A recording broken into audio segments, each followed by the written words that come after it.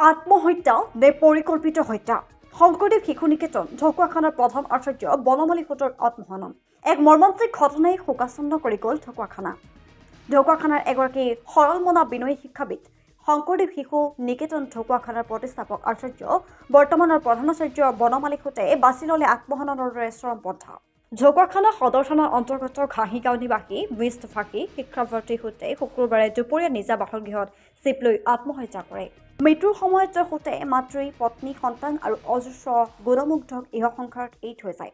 বিনয় আৰু নিজ হাতে গঢ় দিয়া বিদ্যালয়খনৰ প্ৰতি আত্মোৎসৰ্গী প্ৰধানাচাৰ্যগৰাকীৰ আকস্মিক আৰু অপ্ৰাকৃতিক মৃত্যুৱে বিদ্যালয়ৰ পৰিয়ালৰ লগতে ঢকুৱাখানাৰ সামাজিক ক্ষেত্ৰখনত গভীৰ শোকৰ ছাপ পেলাইছে।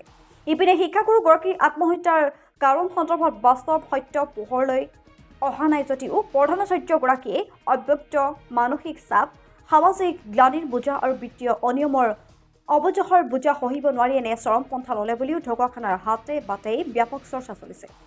উল্লেখ্য যে এইগৰাকী প্ৰধান আচাৰ্যৰ সোঁতৰ বিৰুদ্ধে বিদ্যালয়খনৰ বিত্তীয় অনিয়ম সংঘটিত কৰা এগৰাকী মহিলা সহকৰ্মীৰ প্ৰতি অনুগত্যশীল হোৱা আদি বিভিন্ন অভিযোগ উত্থাপিত হৈছে বিগত সময়ছোৱাত। বিদ্যালয়খনৰ সোণালী জয়ন্তী উৎসৱ অনুষ্ঠিত হোৱাৰ পাছৰে পৰা পোহৰলৈ অহা এনে বিতৰ্কিত অভিযোগ শিশু শিক্ষা সমিতি অসমৰ দৃষ্টিগোচৰ হৈছিল।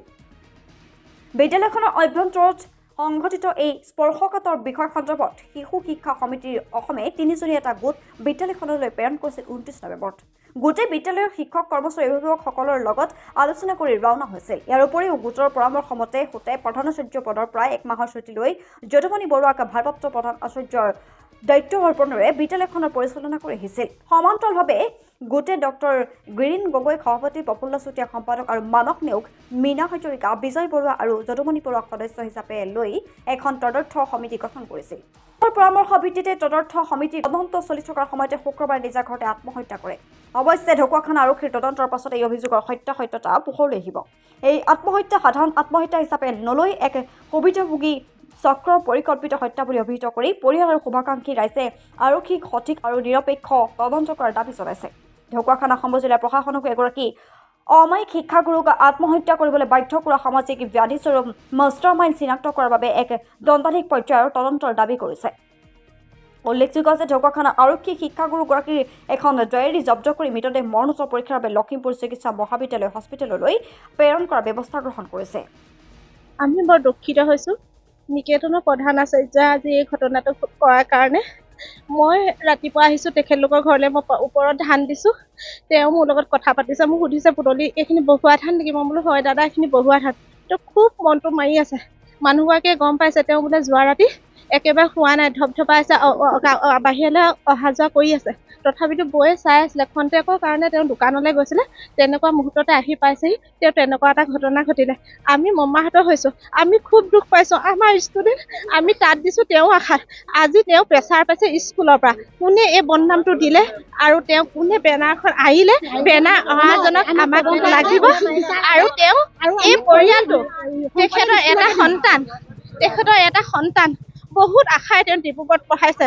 ল'ৰাটো বহুত ভাল আছিলে। তেওঁ এবাৰ কালি চাই আহিছে, আহোঁতে কৈছে বোলে মোৰ ৰাস্তাত ভুল হৈ গৈছে, তেওঁ খেলি মেলি হৈ গৈছে। প্ৰতি মুহূৰ্ততে সেই কথা খাই তেওঁক প্ৰেছাৰ দি আছে, আমনি কৰি আছে।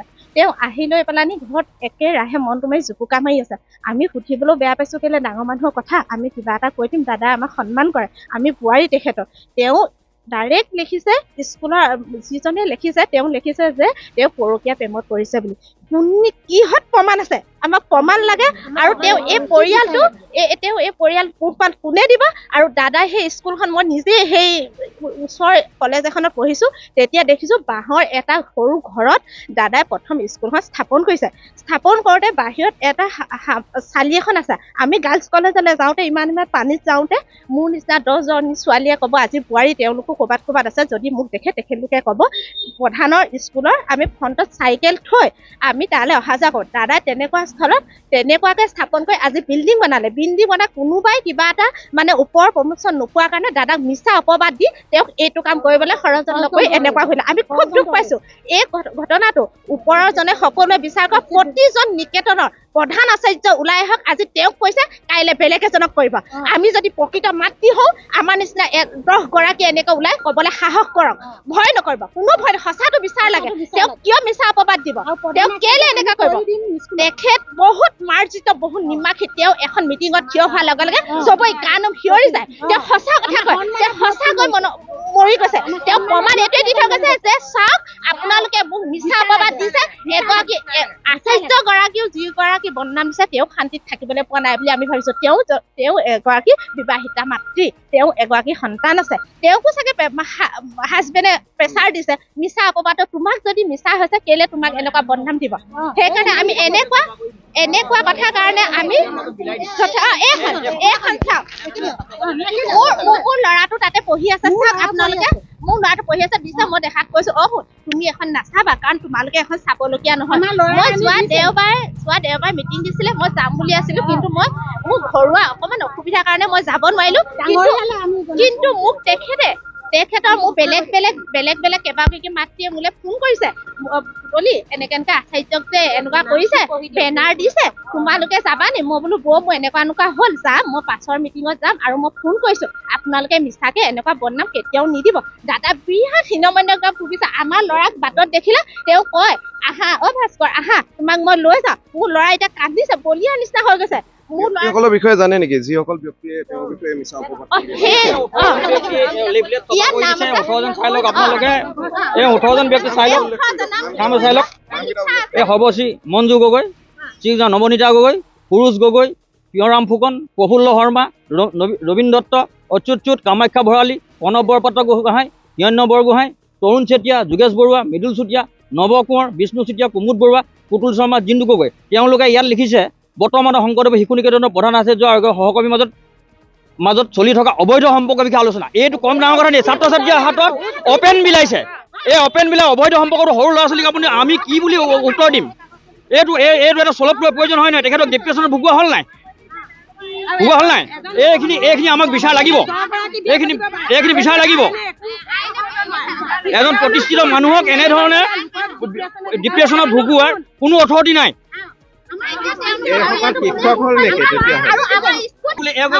মই জনামতে এইগৰাকী বোলে এই মঞ্জু গগৈ বোলে স্কুল মেনেজিং কমিটিৰ উপসভানেত্ৰী আছিলে বোলে তেখেতে উপসভানেত্ৰীত থাকি এনেকুৱা ধৰণৰ কথা ক'বলৈ তেওঁ নৈতিক অধিকাৰ ক'ত পালে এজন মানুহৰ বিষয়ে এনেধৰণে অপেন লিখিবলৈ নৈতিক অধিকাৰ ক'ত পালে কোনোবাই পাৰে নেকি তেনেধৰণে আমি মানুহবিলাকক ভৱিষ্যতে উচিত বিচাৰ হ'ব লাগে মানুহবিলাকৰ ওপৰত সঁচা প্ৰমাণ দিব লাগিব তেতিয়াহে আমি বিশ্বাস কৰি ল'ম আৰু নহ'লে এই মানুহজনৰ ক'ত বিচাৰ হ'ব লাগে আৰু স্কুল থাকিব নোৱাৰিব নৱকুমাৰ ডাঙৰীয়া আমাৰ ওচৰৰে মানুহ সকলোখিনি জানে আমাক জনাব লাগে নৱকুমাৰ ডাঙৰীয়া আমাৰ এই অঞ্চলৰ মানুহ আৰু আমাৰ একেবাৰে ওচৰৰ মানুহ আপোনালোকে ছাৰে যেন এই বিচাৰটো ভালকে লয় আৰু সকলো তেওঁ জানে আমাৰ এই প্ৰধান আচাৰ্যৰ বিষয়ে সকলোখিনি জানে আমি ক'বলগীয়া নাই আমি সকলোখিনি আমি তেওঁক ওপৰত এৰি দিছোঁ তেওঁক আমি স্কুলতহে থৈ দিম গাঁৱৰ ৰাইজে স্কুলত থৈ দিম আৰু অভিভাৱক এজনৰ আৰু সৰু ল'ৰা ছোৱালীক এইখিনি জনাৰ বিষয়ে আমাক উচিত বিচাৰটো দিয়ক কাগজ দিয়াৰ কাৰণে আমি দুখিত হৈছোঁ বৈধ news types report Dhakuakhana live